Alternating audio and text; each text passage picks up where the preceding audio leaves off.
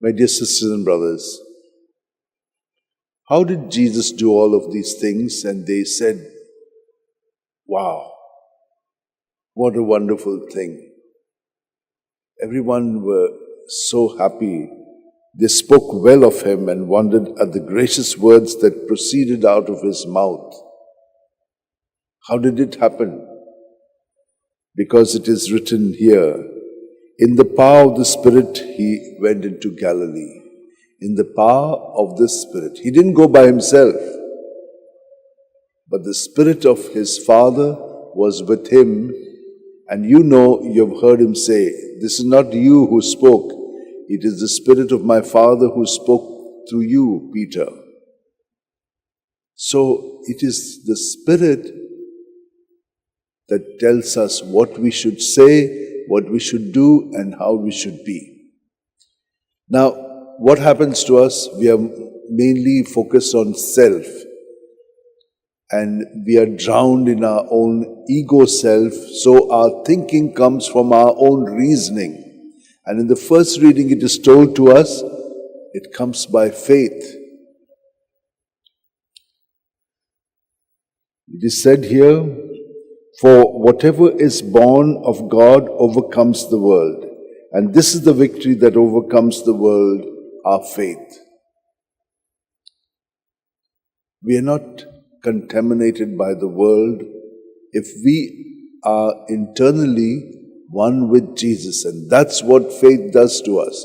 Not centered on self, but centered on Jesus, that makes us not just who we are ordinarily, but who we are in Jesus, because each one of us is a particular cell in his body. We have a uniqueness in us which comes from Jesus' presence within us, and we fulfilling him in that way. So remember this greater dimension.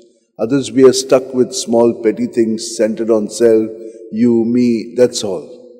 No, we are in him, and in him we see each other as part of him.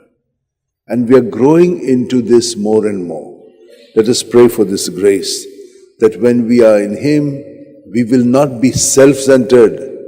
We will be the other-centered. Why?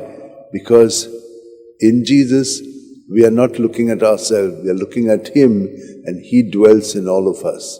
What else do we have to do then? Then we will know that the others have not reached this understanding, so we need to be compassionate towards them.